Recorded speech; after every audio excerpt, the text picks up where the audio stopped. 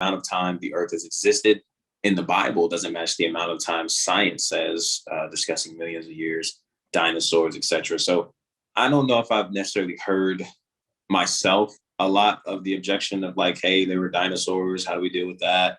Millions of years. There's so much. I feel like I don't want us to get caught up and wrapped up. And if anybody carries that objection, right, that's why I don't believe in Christianity. That's why I don't believe in the Bible. Well, I don't want you to get caught up in something like that that doesn't have a precedence for why the faith is what it is in the first place.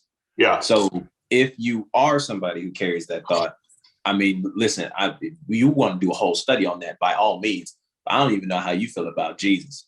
So dinosaurs, I don't feel need to be that high of a priority on your list for you to look at that and be like, I don't really know if I believe this whole Bible thing. To even, and I guess to even touch on that a little bit more, or maybe I don't have anything else to touch on it.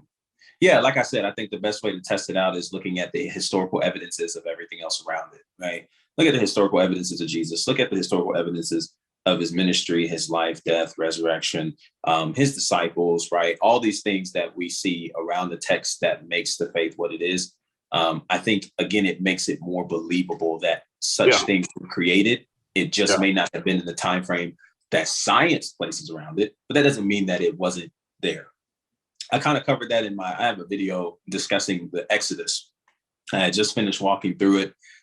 There were so many people that were commenting. Obviously, they don't seem like they really care or buy into anything like that, but they just come in and, hey, Exodus isn't real. There's no proof. Oh, the Pharaoh never existed. There's no evidences of it, no writings. Everything that Egypt recorded, why wouldn't they record an Exodus like this? All this other kind of stuff. And so at first I thought I was going to kind of address the historical evidences. Man, listen, there are so many other people that do that a whole lot better than I can. Okay. So I pointed them to it in the description.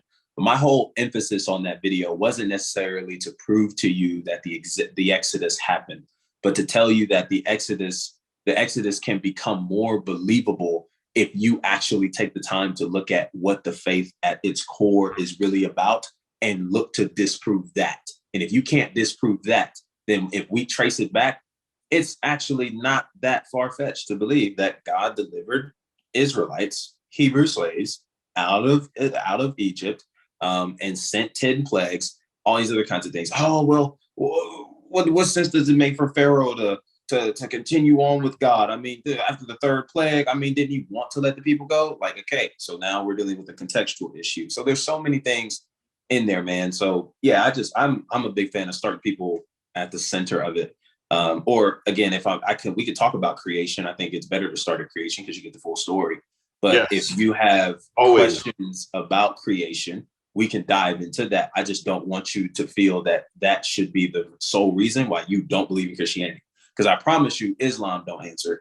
I promise you, Buddhism don't answer it. Hinduism don't answer it.